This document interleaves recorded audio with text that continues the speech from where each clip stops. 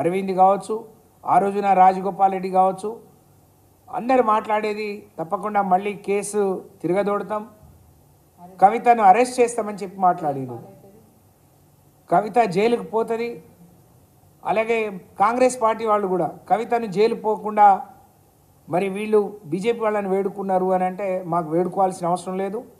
అది ప్రజలు బీజేపీ కాంగ్రెస్ ఒకటనే విషయం మనం ఎన్నికల ముందు కూడా అన్ని బై ఎలక్షన్లో బీజేపీకి డిపాజిట్ వచ్చిన కాడ కాంగ్రెస్కు రాదు, కాంగ్రెస్కి వచ్చిన కాడ బీజేపీకి రాకుండా ఎన్నికలు మనం చూసినాం. మొన్నటికి మొన్న నరేంద్ర మోడీ గారి దగ్గర స్వయంగా ముఖ్యమంత్రి పెద్దన్న అని చెప్పి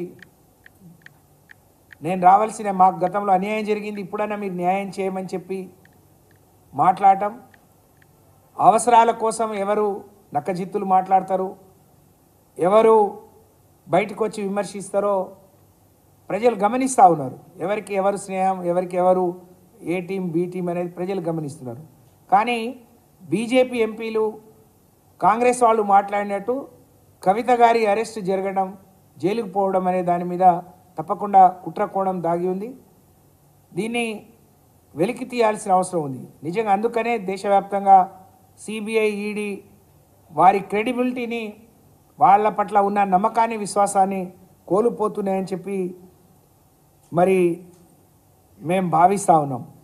వీళ్ళు మాట్లాడింది వాళ్ళు ఎట్లా నిజం చేస్తున్నారు, వాళ్ళు ఎట్లా మరి అరెస్టులు చేస్తారో దీని మీద సమాధానం చెప్పాల్సిన అవసరం ఉంది. అంటే మీరు చేసే పని వాళ్ళకి తెలిసి చేస్తున్నారా, వాళ్ళు చెప్పిన పని మీరు చేస్తున్నారో ప్రజలకు చెప్పాల్సిన అవసరం ఉంది అని చెప్పి నేను తెలియజేసుకుంటూ, మరి ఇలాంటి దర్యాప్తు సంస్థలు పక్కదారి పడితే భవిష్యత్తులో దేశ భవిష్యత్తు ఏంది, నిజంగా తప్పు చేసిన వాళ్ళు దేశాలు పట్టుకొని దేశాలు వదిలి పారిపోయినా వేల కోట్లు లక్షల కోట్లు సంపాదించుకున్న వాళ్ళన్నిటికీ మీరు సరిహద్దులు దాటించి ఆరోపణలు వచ్చినాయని ఇక్కడ వాళ్ళని పట్టుకొని జైల్లో వేయడం అయితే ఇది శోచనీయం, దుర్మార్గం.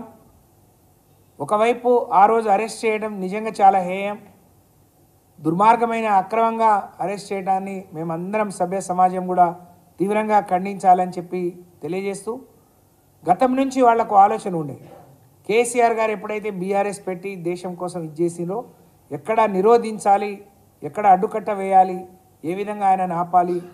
ఇప్పటివరకు నన్ను క్వశ్చన్ చేసేవాళ్ళు ఉండరు, ఉన్న ఒకళ్ళిద్దరిని ఇట్లాంటి అక్రమ కేసులో పెడుతుంటే మళ్ళీ కొత్తగా వీళ్ళు బయలుదేరారు అని చెప్పి ఒక కక్షపూరితమైన